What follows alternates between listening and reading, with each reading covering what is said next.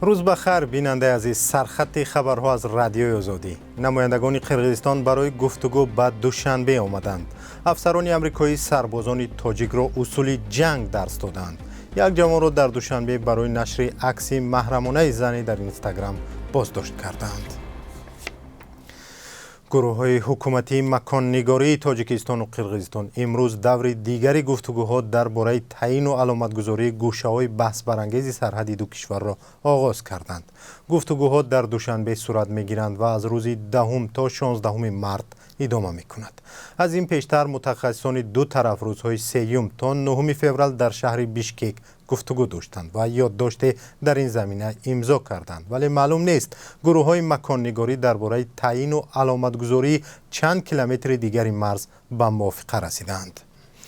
با گذشت 13 سال از استقلال هر دو کشور از 987 کیلومتر مرز بین تاجیکستان و قرقیزستان، بیشتر از 300 کیلومتر دیگر هنوز به علامت و بحث برانگیز است. از این رو بین ساکنان دو طرف برای منابع طبیعی و مثل آب، چراگاه و زمین و راه مناقشه سر می‌زند و به خونریزی‌های سخت هم پیچیده است.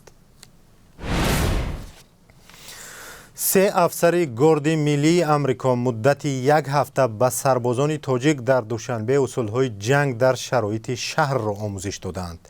دفتر مطبوعات گارد ملی آمریکا در ایالت ویرجینیا روز 9 مارس با نشر یک بیانیه رسمی خبر داد که افسران سابقه‌دار آمریکایی به افسران تاجیک گشت‌زنی و اصولهای عملیات در محله‌های شهری را تمرین دادند. در بیانیه آمده است که هر 3 مربی از گارد ملی ویرجینیا 55 سابقه تجربه عملیات در واحدهای پیاده نظام و تجربه عملیات در کشورهای خارجی را داشتند. تبادل تجربه میان سربازان آمریکایی و تاجیک بر اساس یک برنامه همکاری دوجانبه از سال 2003 صورت گرفته است.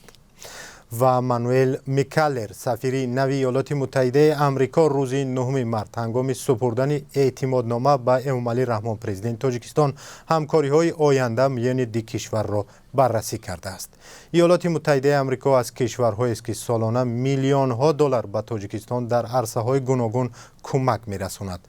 مانوئل میکالر در این مقام جان مارک پامیرشایم را عوض کرد. او از سال 2019 سفیر آمریکا در تاجیکستان بود.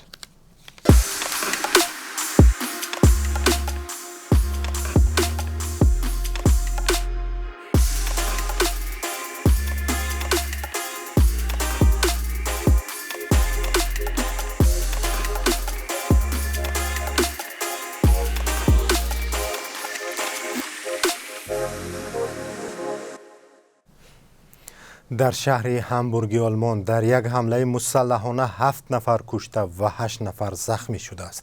حمله شب 9 مارس به مرکز شاهدان یهوه یک رویه دینی مسیحی صورت گرفته است. در این باره صبح 10 مارس رسانه‌های آلمانی خبر دادند. پلیس همبورگ گفته است که جسد حمله‌گر را پیدا کردند، ولی هنوز معلوم نیست که چرا او به این کار دست زده است. گروه داعش مسئولیت قتل مولوی محمد داوود مزمیل والی طالبان در ولایت بلخ را بر عهده گرفته است. مولوی محمد داوود را روز 9 مارس در نزد اداره‌اش در مرکز ولایت بلخ کشتند.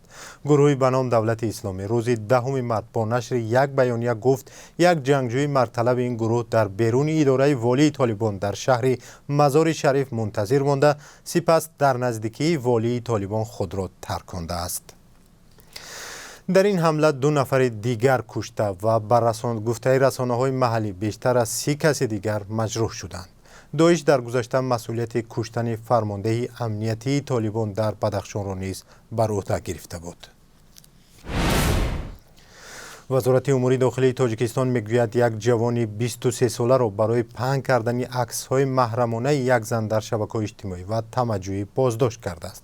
وزارت روز 9 مارس در برنامه تلویزیونیش خبر داد که خال محمد نظرов ساکن دوشنبه به تمجیدی متهم می شود.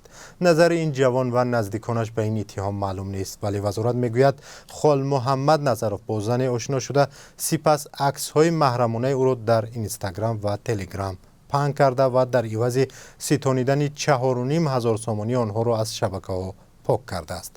خال محمد نظرов را برای ادامه تمجیدی و طلب پول زیادی دیگر از زن بازداشت کردند.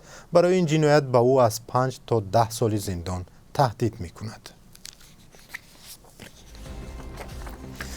بانک ملی تاجیکستان برای روزی 10 مارس قربی 1000 روبل روسی رو 143 سامانی و 50 دیرم، $1 آمریکایی رو 10 سامانی و 91 دیرم و 1 یورو رو 11 سامانی و 53 دیرم مقرر کرده است. قربی اسعار در بانک‌های تجارتی فرق می‌کند و ممکن است پول شما را با قربی دیگری عوض کنند. سرخط خبرها با پایان رسید. شما را ساعت 19 به وقت دوشنبه و ساعت 17 به وقت مسکو در برنامه اخباری آزادی انتظاریم.